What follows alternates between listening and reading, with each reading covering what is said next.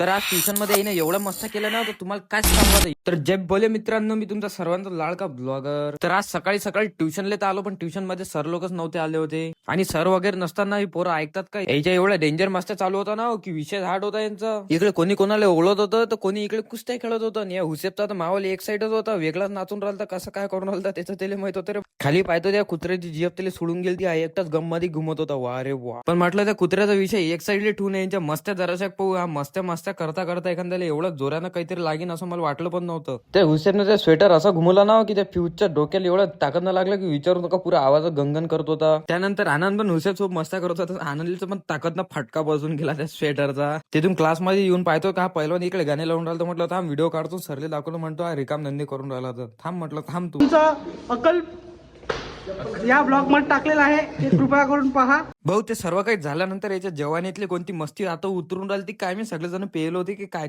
त्यानंतर बोलणे वगैरे खाल्ल्यानंतर आम्ही क्लासमध्ये आलो. क्लासमध्ये याची मस्ती झिरत नाही. हा इकडे जीटीए खेळून होता आणि मागे याची मस्ती चालू होती. हे आमचे मॉडेल बंधू, याचा मी फोटो वगैरे काढत होतो. हे पोट्टे काही मला फोटोज नव्हते काढू देऊन होते. जाऊ दे म्हणे, कायलेच काढतो. त्यानंतर सर वगैरे आले क्लासमध्ये, त्याने थोडंफार शिकवलं आणि आमचा क्लास तिथं समाप्त झाला. मग तिथून भाऊ आपल्याला जायचं होतं आपल्या मामाच्या गावाला, कोण की तिथे रोड घेऊ. ते संध्याकाळी निघालोच, पण रात्री जायला एवढं उशीर असं कधी वाटलं पण नव्हतं. आणि भाऊ हा आपला ब्लॉग 1-2 दिवसा पहिलेचा आहे, तर काही कारणाने मी थोडं लेट टाकत आहे. तर तुम्हाला तर माहितीच आहे आपण चॅलेंज घेतलेला, तर त्या चॅलेंज मध्ये तुम्ही आपल्याला बरोबर सपोर्ट करा आणि आपल्याला फॉलो नक्की करा. भेटू मग आपण पुढच्या ब्लॉग मध्ये.